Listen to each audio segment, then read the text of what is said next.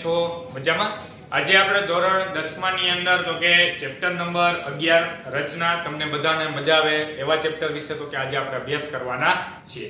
હવે આમ જોઈએ તો આપણે 8મા 9મા ધોરણથી તો કે રચના વિશે અભ્યાસ કરતા આવ્યા છીએ. ખાસ કરીને આપણે સૌપ્રથમ એની ચર્ચા કરી લઈએ કે અત્યાર સુધીની અંદર તમે રચનામાં તો કે શેના વિશે અભ્યાસ કરી ગયા.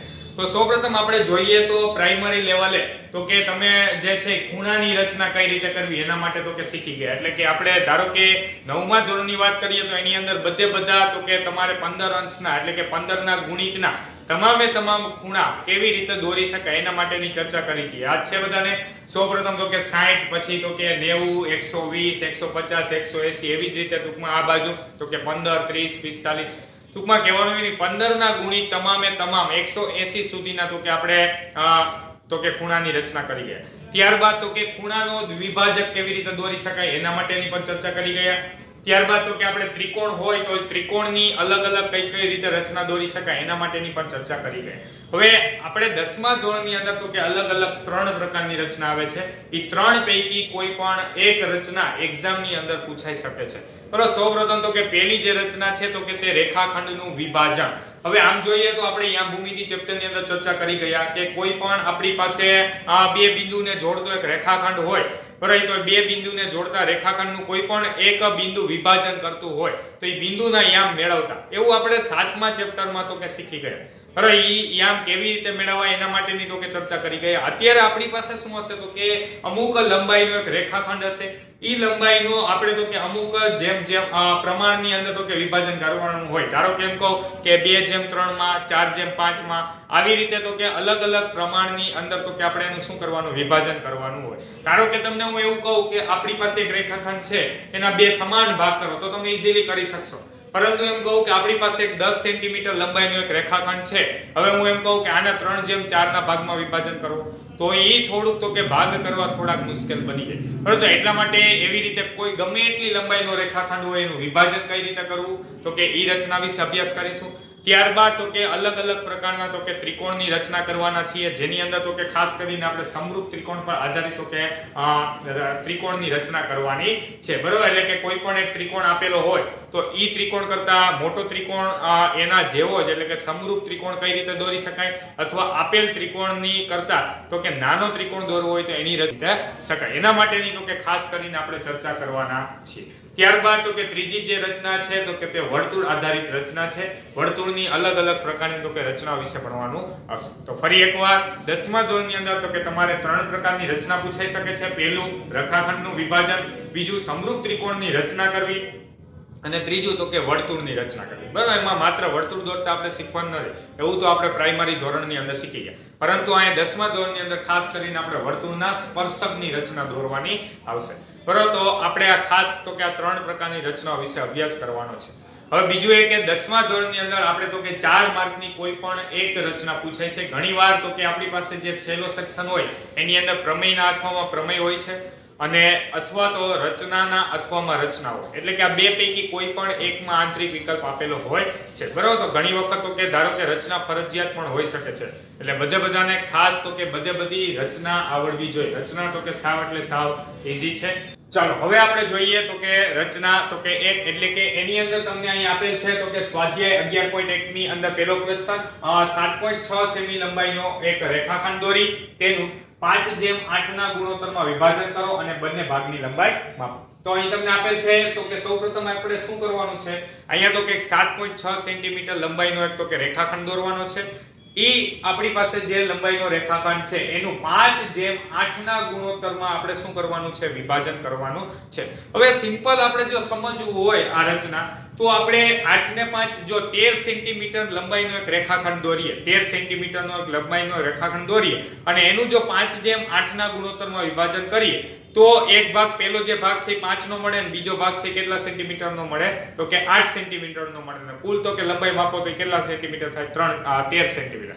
બરાબર, તો અહીંયા આપણો ક્વેશ્ચન શું છે, 7.6 સેન્ટીમીટર નો લંબાઈનો જો રેખાખંડ હોય તો એનું 5:8 ના ગુણોત્તરમાં વિભાજન કરવું હોય તો એ આપણે તો કે કઈ રીતે કરી શકાય એના માટેની તો કે ખાસ કરીને તો કે આપણે સૌપ્રથમ રચના દોરવાની છે. ચાલો તો રચના હવે બધાએ ખાસ તો કે ભેગી જ દોરતી જવાની છે કે જેને લીધે ક્યાંય પણ તો કે કાંઈ પણ મિસ્ટેક ન થાય. સો સ્ટેપ બાય સ્ટેપ હું બોલતો જાઉં છું, એ જ મુજબ બધાએ તો કે મારી સાથે જ રચના દોરવાની છે. ચાલો સૌપ્રથમ બધાએ શું કરવાનું છે તો કે અહીંયા આપણે પક્ષ અને તો કે કૃત્ય અથવા સ્વાધ્યાય એવું પણ તમે લખી શકો, એટલે કે પક્ષ અને તો કે સાધ્ય આપણે લખવાનું છે. ચાલો સૌપ્રથમ હું અહીંયા તમને પક્ષ લખી દઉં છું.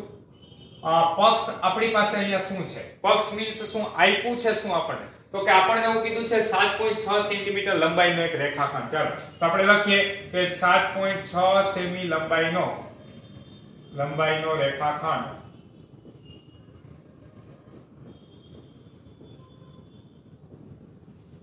આપણે નામ કોઈ પણ આપી દઈએ. 7.6 સેમી લંબાઈનો રેખાખંડ AB આપેલ છે. ચાલો ત્યારબાદ તો કે આપણે સાધ્ય એટલે અથવા કૃત્ય એવું પણ તમે લખી શકો કે આપણે શું સાબિત કરવું છે. બરાબર, અહીંયા તો કે આપણે કઈ ટાઈપની રચના દોરવાની છે તો કે આપણને જે લંબાઈનો રેખાખંડ આપેલ છે એનું 5:8 ના ગુણોત્તરમાં વિભાજન કરવાનું છે. તો આપણે લખીએ રેખાખંડ AB નું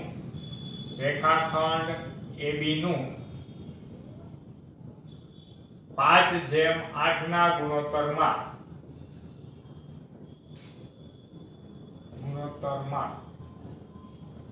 વિભાજન કરતું બિંદુ મેળવી તેના બંને ભાગની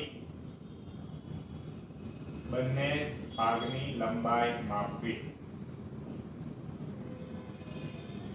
ચાલો આટલી પહેલા બધાને ખબર પડી આપણું મેઈન કામ અત્યારે શું છે તો કે સૌથી પહેલા રેખાખંડ તો આપી દીધો છે 7.6 સેન્ટીમીટર લંબાઈનો, એનું 5:8 ના ગુણોત્તરમાં વિભાજન થાય એવી રીતે તો કે આપણે બિંદુ મેળવશી અને બિંદુ મેળવીને એના બંને ભાગની આપણે શું માપવાની છે, લંબાઈ માપવાની છે. ચાલો તો સૌપ્રથમ આપણે સ્ટાર્ટ કરીએ 7.6 સેન્ટીમીટર લંબાઈનો રેખાખંડ.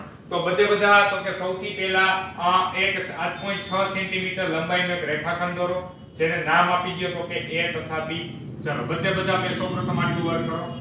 ફરી એકવાર 7.6 સેન્ટીમીટર લંબાઈનો એક્ઝેક્ટલી 7.6 જ સેન્ટીમીટર થવા જોઈએ. બરાબર, સ્કેલની અંદર 7.6 સેન્ટીમીટર લ્યો, એની અંદર તો કે રેખાખંડ AB. ચાલો સૌપ્રથમ બધા દોરો. રેખાખંડ AB દોરવાનો છે. ચાલો દોરાઈ ગયો બધાને. 7.6 સેન્ટીમીટર લંબાઈનો રેખાખંડ AB દોરાઈ જાય ત્યારબાદ હવે બધા ખાસ જે હું વાત કરું છું વ્યવસ્થિત સાંભળવાની છે. હવે આપણે હવે શું દોરવું છે તો કે આપણે A માંથી એક કિરણ દોરવું છે, B માંથી એક કિરણ દોરવું છે, પરંતુ આ બંને કિરણ એકબીજાને સમાંતર દોરવાના છે. ખાસ વ્યવસ્થિત હવે જે બોલું છું સાંભળજો. A માંથી એક કિરણ, એક બીજું કિરણ મારે B માંથી દોરવું છે, પરંતુ આ બંને કિરણ એકબીજાને કેવો હોવો જોઈએ તો કે સમાંતર હોવા જોઈએ. આના માટે આપણે તો કે 60 અંશના ખૂણાનો ઉપયોગ કરશી. બરાબર, જે તમે 8મા 9મા ધોરણની અંદર હમણાં જ મેં વાત કરી મુજબ તો કે ભણી જ ગયા છો. તો કઈ રીતે ખૂણો દોરવાનો છે, જેને હજી નથી આવડતું ખાસ વ્યવસ્થિત સાંભળજો. આપણી પાસે બિંદુ A પર પરિકર રાખવાનું છે, બિંદુ A પર, એટલે બિંદુ A ને કેન્દ્ર તરીકે લેવાનું છે. બરાબર, ગમે એટલી સાઈઝનું પરિકર લેવાનું છે, પરંતુ બહુ મોટી સાઈઝ એ નહીં અને બહુ નાની સાઈઝ એ નહીં, એવડી સાઈઝનું પરિકર રાખીને શું કરવાનું છે તો કે A ને કેન્દ્ર લઈ અનુકૂળ ત્રિજ્યાની એક ચાપ દોરવાની છે. ફરી એકવાર A ને કેન્દ્ર લઈ અનુકૂળ ત્રિજ્યાની એક આપણે શું દોરવાની છે, ચાપ દોરવાની છે. બરાબર, ત્યારબાદ શું કરવાનું તો કે અહીંયા આ જે ચાપ છે એ આ AB રેખાખંડને જ્યાં છેદે હવે ત્યાં પરિકર રાખીને, એટલે કે અહીંયા કેન્દ્ર રાખીને પરિકરનું, અને ત્યારબાદ તો કે આપણે ઈ માપ કે બદલાવાનું નથી, ઈ જ સાઈઝની ચાપ તો કે આપણે શું મારવાની છે તો કે જ્યાં છેદે ત્યાં મારવાની છે. ચાલો ફરી એકવાર બોલું છું. A ને કેન્દ્ર લઈ અનુકૂળ ત્રિજ્યાની ચાપ લઈ અને તો કે આપણે તો કે એક ચાપ દોરવાની છે. ત્યારબાદ તો કે આપણી પાસે આ AB રેખાખંડને જ્યાં છેદે છે ત્યાં પરિકરનું કેન્દ્ર રાખી અને તો કે આપણે એટલી જ ત્રિજ્યાની એક બીજી ચાપ આ ચાપને જ્યાં છેદે ત્યાં દોરવાની છે. ચાલો ઈ જ ટાઈપનું વર્ક આપણે અહીંયા કરવાનું છે કન્ટિન્યુઅસલી. તો કે સૌથી પહેલા શું કરવાનું મેં કીધું તો 60 અંશનો ખૂણો દોરવો છે. એના માટે આપણે શું કરવું પડશે તો કે B ને કેન્દ્ર લઈને અનુકૂળ ત્રિજ્યાની ચાપ લઈને તો કે આપણે આ પ્રમાણે તો કે અનુકૂળ ત્રિજ્યાની ચાપ આપણે દોરવાની છે. ત્યારબાદ આ AB રેખાખંડને જ્યાં છેદે ત્યાં આપણે ફરી પાછી એટલી જ ત્રિજ્યાની આપણે શું દોરવાની છે, ચાપ દોરવાની છે. હવે અહીંયા તો કે આ બંને ચાપ જ્યાં છેદે એ બે ચાપમાંથી પસાર થતું આપણે એક શું દોરવાનું છે, કિરણ દોરવાનું છે. ચાલો તો આ મુજબ હું એક અહીંયા કિરણ દોરું છું.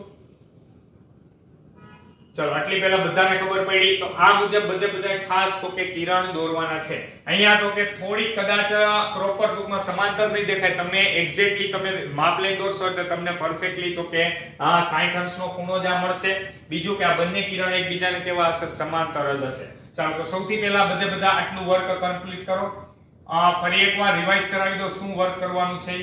આપણી પાસે અનુકૂળ ત્રિજ્યાની ચાપ, ગમે એટલી ચાપ લંબાઈની લેવાની છે, પરંતુ અહીંયા અનુકૂળ ત્રિજ્યા લઈ એક ચાપ દોરવાની છે. આ AB રેખાખંડને જ્યાં છેદે ત્યાં બધે શું કરવાનું છે, એટલી જ ત્રિજ્યાની એક બીજી ચાપ આ ચાપ ઉપર મારવાની છે. એવું જ વર્ક અહીંયા કરવાનું છે, પણ અહીંયા બધા ખાસ ઈ વાત યાદ રાખવાની છે. અહીંયા નીચે ચાપ મારવાની છે, આ બાજુ ઉપરના ભાગમાં ચાપ મારવાની છે.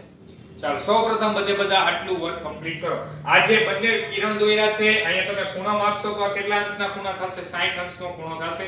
જે આપણે 9મા ધોરણની અંદર શીખી ગયા કે ગમે એટલા અંશનો ખૂણો દોરવો હોય તો કઈ રીતે દોરી શકાય. ચાલો હવે તો કે અહીંયા આપણે શું કર્યું તો કે આપણે અહીંયા નામ બધા આપી દેજો. એક મેં કિરણ દોર્યું છે AX અને બીજું એક કિરણ દોર્યું છે BY.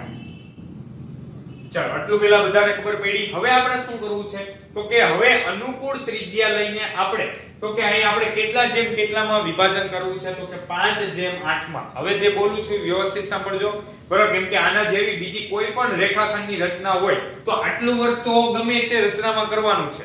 તમને જો એવું કીધું હોય કે આટલા સેન્ટીમીટર લંબાઈનો રેખાખંડ દોરો તો એટલા સેન્ટીમીટરનો લંબાઈનો રેખાખંડ દોરવાનો. જો તમને કઈ રચનામાં કીધું જ નથી, તમને એમ કીધું કે ખાલી આપેલ રેખાખંડની લંબાઈનું આટલા જેમ આટલાના ગુણોત્તરમાં વિભાજન કરો, તો તમારે ગમે એટલી લંબાઈનો રેખાખંડ દોરી લેવાનો.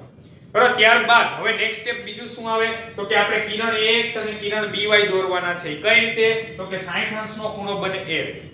ત્રીજું સ્ટેપ હવે શું કરવાનું છે તો કે 5/8 ના ગુણોત્તરમાં વિભાજન કરવું છે. તો હવે આપણે શું કરશી, કિરણ AX પર 5 ચાપુ મારવાની છે, કિરણ BY ઉપર આપણે 8 ચાપુ દોરવાની છે. ફરી એકવાર, કિરણ AX પર કેટલી 5 ચાપુ, કિરણ BY પર કેટલી ચાપુ દોરશી 8 ચાપુ દોરવાની છે. ચાલો એટલી ખબર પડી. તો હવે એના માટે શું વર્ક કરવાનું છે, હવે તો કે અહીંયા પરિકરની સાઈઝ હવે તો કે ચેન્જ કરી નાખવાની. આ બંને ચાપ દોરો ત્યાં સુધી સરખી રાખો તો પણ ચાલે, ન રાખો તો પણ ચાલશે, પરંતુ આપણે આ બંનેમાં તો કે સરખી જ લંબાઈની ચાપ દોરશી. ચાલો હવે તો કે કઈ રીતે કરવાનું છે, જેને ધારો કે આ માપ જે છે એ થોડુંક મોટું હોય તો એની કરતા ઓછી સાઈઝની આપણે તો કે ચાપુ દોરવાની છે. બરોબર? એટલે કે ઓછી ત્રિજ્યા લેવાની છે. ધારો કે જો આપણે બહુ નજીક આવ્યું હોય જે સ્ટુડન્ટને, એને તો કે થોડીક મોટી ચાપ લેવાની છે, પરંતુ ખાસ વાત એક યાદ રાખવાની છે, અહીંયા આપણે ટોટલ આ કિરણ પર 8 ચાપુ દોરવાની છે. એટલે બહુ મોટું માપ લેશો તો એ બરોબર પેજની કદાચ બહાર વઈ જશે. એટલે બધા ખાસ 8 ચાપુ દોરવી છે, એટલે યોગ્ય ત્રિજ્યા લઈને ચાપુ દોરવાની છે. બરાબર? તો અહીંયા જો 2 કે 3 ચાપુ દોરવાની હોય તો આપણે મોટી ચાપુ મોટી ત્રિજ્યા લેશી તો પણ કઈ ફેર નહીં પડે, પરંતુ અહીંયા આપણી પાસે 5 અને 8 ચાપુ દોરવી છે. તો એટલા માટે અહીંયા ખાસ કરીને જેટલું બને એટલું નાનું માપ લેવાનું છે, પણ બહુ નાનું માપ લેશો તો તમને આ ચાપ વ્યવસ્થિત દોરી નહીં શકો. એટલે બધા ખાસ યોગ્ય રીતે તમે દોરી શકો એટલી લંબાઈની ત્રિજ્યા લેવાની છે. ચાલો તો હું હવે અહીંયા સૌથી પહેલા શું કરું છું, 5 ચાપ દોરું છું. વ્યવસ્થિત બધા ખાસ સમજજો. પહેલું હું તો કે અહીંથી ચાપ લઉં છું. કેન્દ્ર ઉપર કોને રાખવાનું છે, A પર પરિકર રાખવાનું છે.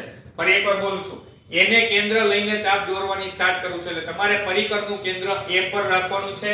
ચાલો પહેલી ચાપ તો કે અહીંયા આપણે જ્યાં છે ને ત્યાં લગાવવાની છે. એટલે પહેલી ચાપ દોરી. હવે ફરી પાછું ઈ જે પહેલી ચાપ જ્યાં છે ને હવે અહીંયા પરિકરનું કેન્દ્ર રાખવાનું. માપ કે બદલવું જોઈએ નહીં. આ 8 ને 5 13 ચાપુ દોરી ત્યાં સુધી માપ એકનું એક જ રહેવું જોઈએ. ચાલો તો હવે A પર કેન્દ્ર લીધું, અહીંયા આપણે ચાપ દોરી. ત્યારબાદ અહીંયા તો કે આપણે અહીંયા તો કે પરિકર રાખવાનું છે, અને તો કે એટલી જ લંબાઈની એક બીજી ચાપ દોરો. ચાલો એટલી જ લંબાઈની એક ત્રીજી એક ચાપ દોરો, એટલી જ લંબાઈની એક ચોથી ચાપ, અને એટલી જ લંબાઈની આપણે પાંચમી ચાપ દોરો. ટોટલ કેટલી ચાપ દોરવાની હતી 5. તો એટલા માટે આપણે કેટલી ચાપ દોરી 5. એ જ વર્ક સેમ ટુ સેમ આપણે અહીંયા કરવાનું છે. હવે તો કે કેન્દ્ર કોને લેવાનું છે, B ને. ચાલો માપ કે ફરવું જોઈએ નહીં. એટલી જ લંબાઈની ચાપ લઈને સૌથી પહેલા તો કે હું અહીં માપ લઉં છું. ચાલો B1, ત્યારબાદ તો કે B2, B3, B4, B5. આ મુજબ કન્ટિન્યુઅસલી હજી આપણે કિરણને થોડુંક લંબાવવું પડશે, કેમ કે આપણે ટોટલ કેટલી ચાપુ દોરવાની છે, 8 ચાપુ દોરવાની છે. ચાલો તો સૌથી પહેલા અહીંયા જોઈએ તો આપણે 1 2 3 4 5 6 7 અને ધારો કે આપણી પાસે અહીંયા 8મી ચાપ આવી. કિરણ થોડુંક લંબાવવાનું છે, તો આ મુજબ બધાએ ખાસ તો કે કિરણ દોરવાનું છે. ચાલો આ કિરણનું આપણી પાસે નામ શું હતું તો કે કિરણ BY.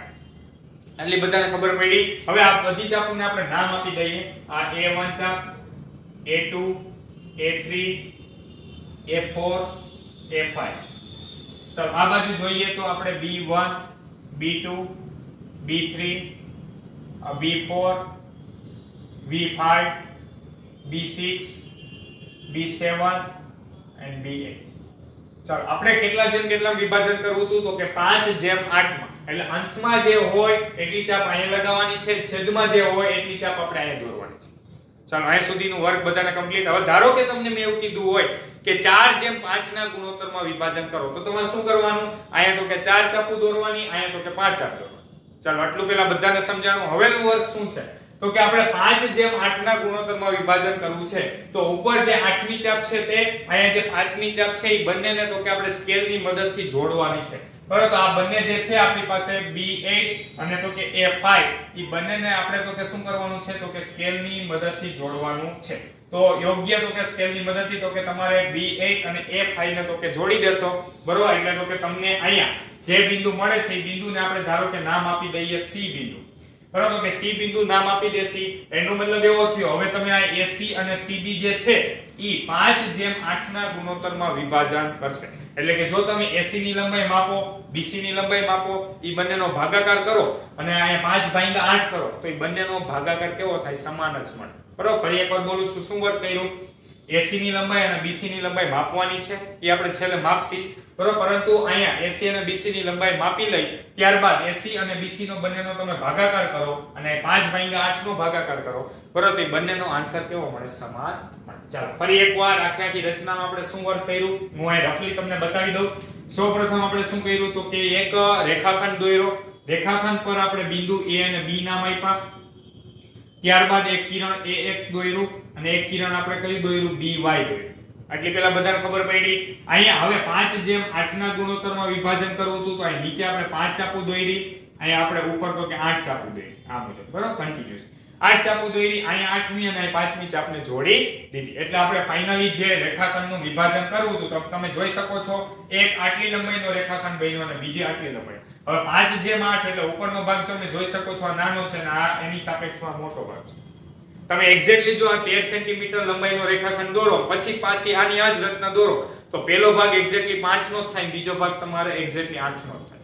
ચલો સમજાય છે બધાને? પરંતુ આપણે 7.6 સેન્ટીમીટર લંબાઈનો રેખાખંડ દોરવાનું કીધું હતું એટલે આપણે એટલી જ સાઈઝનો રેખાખંડ દોરવાનો છે. ચાલો હવે ખાસ બધાય તો કે આપણી પાસે બોક્સ જે છે ઈ લખી નાખ્યું છે, કૃત્ય લખી નાખ્યું છે. ચાલો હવે રચનાના મુદ્દા જે લખું છું એ વ્યવસ્થિત આપણે ધારો કે પહેલી રચના પૂછાય એટલે બધાય આ જે મુદ્દા હું લખાવું છું ઈ જ મુજબ બધાય મુદ્દા લખવાના છે. તો હું લખાવું છું રચનાના મુદ્દા. ચાલો સૌપ્રથમ તો કે પહેલો મુદ્દો આપણે લખીએ કે 7.6 સેન્ટીમીટર લંબાઈનો 7.6 સેમી લંબાઈનો રેખાખંડ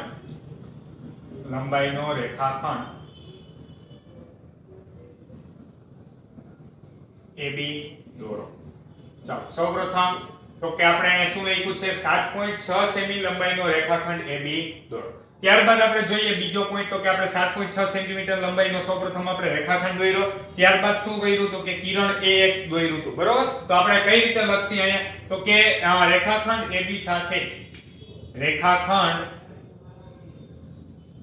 AB સાથે લઘુકોણ બને તે રીતે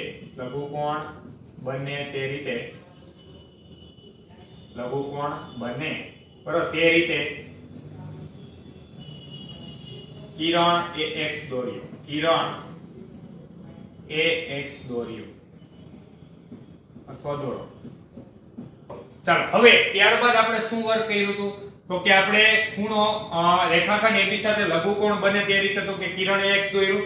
ચાલો હવે તો કે અહીંયા તમે જોઈ શકો છો ખૂણો આ જેટલા અંશનો હતો એટલા જ અંશનો ખૂણો આપણે આને બનાવ્યો છે.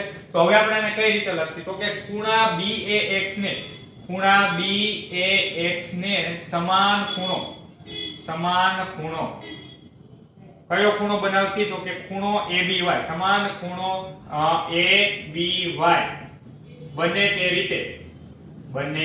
તે રીતે શું આપણે કરશી તો કે તે રીતે કિરણ BY દોરો. BY દોરો. ચાલો ફરી એકવાર આ શું લખ્યું છે? ખૂણા BAX ને સમાન બને એવો એક ખૂણો આપણે ABY દોરીએ છીએ કે જેથી કરીને તો કે કિરણ BY દોરવાનું છે. ચાલો આટલી પહેલા બધાને ખબર પડી. ફરી એકવાર ત્રણ મુદ્દા શેનું વર્ણન કર્યું? પહેલા આપણે એક 7.6 સેન્ટીમીટર લંબાઈનો રેખાખંડ દોર્યો. બીજો પોઈન્ટ તો કે કિરણ તો કે AX દોર્યું. કેવી રીતે? તો કે લઘુકોણ બને એ રીતે. એટલે 60 અંશનો ખૂણો છે લઘુકોણ. બરાબર. ત્યારબાદ તો કે આ ખૂણાને સમાન આ ખૂણો બને એવું એક મેં કિરણ શું દોર્યું છે? તો કે કિરણ BY દોર્યું છે.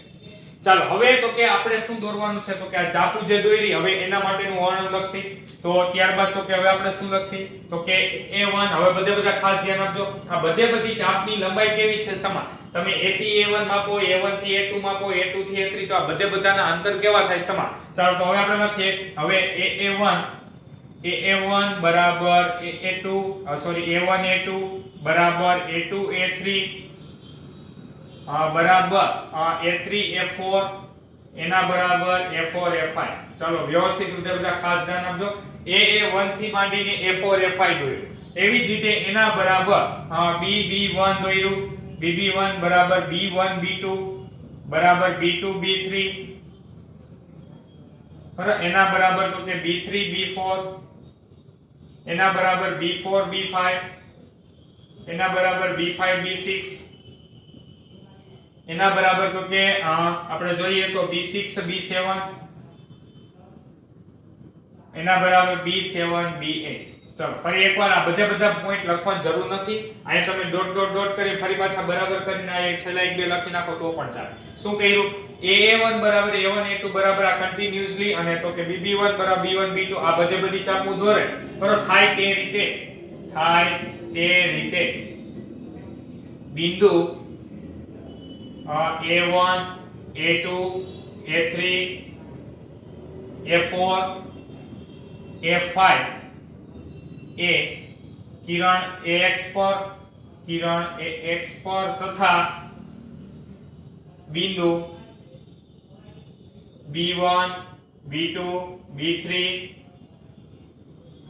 બરાબર કન્ટિન્યુઅસલી આપણે લઈ લે. બધા બિંદુ લખતા નથી. B8 એ કિરણ BY પર દોરો. કિરણ BY પર દોરો.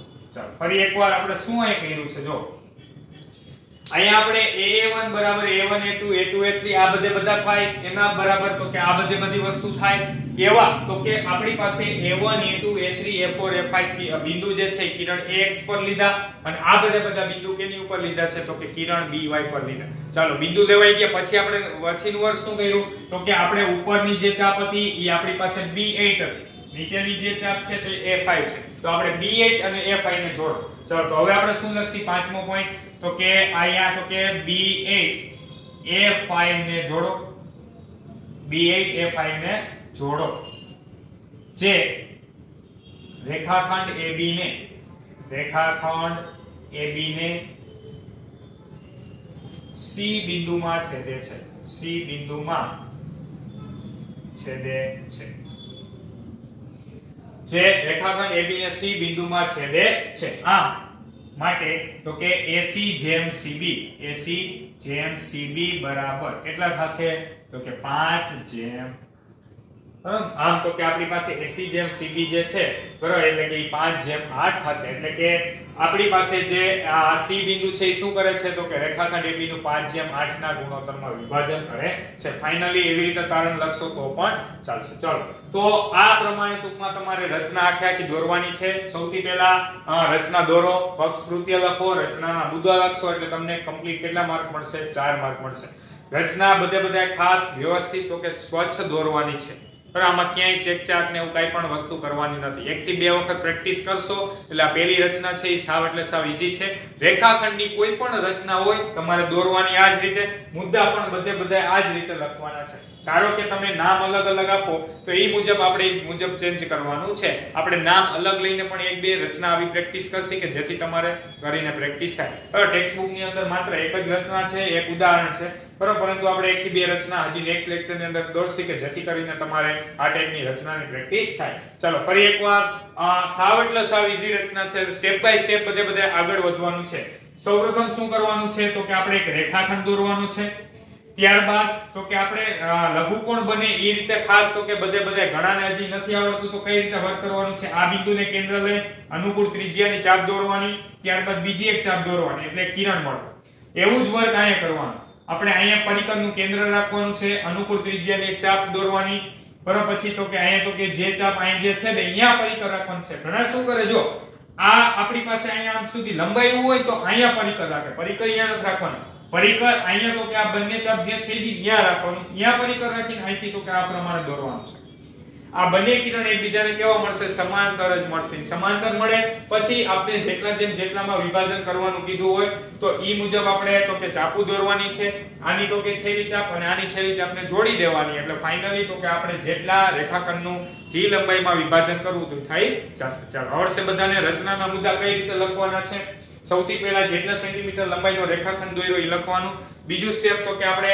કિરણ ax દોર્યું તો એ લખો રેખાખંડ AB સાથે લઘુકોણ બને એવી રીતે તો કે કિરણ ax દોર્યું ત્યારબાદ તો કે આપણે શું કર્યું તો કે આ ખૂણા સાથે લઘુકોણ બને એટલે કે એનો સમાન જ ખૂણો થાય એવું એક કિરણ by દોર્યું તો ખૂણા એ bax ને સમાન ખૂણો aby બને એવી રીતે તો કે કિરણ x શું દોર્યું by ત્યારબાદ આ બધી ચાપુ લીધી એનું વર્ણન લખ્યું છે બરાબર ત્યારબાદ તો કે આ જે રેખાખંડને જોડ્યો ઈ રેખાખંડ AB ને C બિંદુમાં છેદે છે આમ તો કે આપણી પાસે રેખાખંડ AB નું 5:8 ના ગુણોત્તરમાં વિભાજન થાય છે બરાબર એવી રીતે પણ તમે લખી શકો બરાબર એટલે કે મેં અહીં શોર્ટમાં લખ્યું છે AC/CB = 5:8 હવે તો કે આપણી પાસે અહીંયા આગળ શું આપ્યું હતું તો કે બંને ભાગની લંબાઈ માપવાની હતી ચાલો તો અહીંયા તમે બંને ભાગની લંબાઈ માપશો તો હું તમને લખી દઉં છું અહીંયા AC બરાબર તમને 2.9 સેન્ટીમીટર મળશે AC બરાબર કેટલા મળશે 2.9 અને તો કે CB બરાબર 4.7 સેન્ટીમીટર મળશે ઘણાને એકાદ પોઈન્ટની તો કે આડાઅવળું આવી શકે એટલે કે ધારો કે 2.8 આવી શકે બરોબર અથવા 3 પણ આવી શકે એટલે વ્યવસ્થિત બધે ખાસ પ્રોપર રચના દોરી હશે તો આ મુજબના કંઈક આપણને માપ મળશે ચલો સમજાય છે તો સૌપ્રથમ બધા રચના તો કે આ એક છે એ લખી નાખો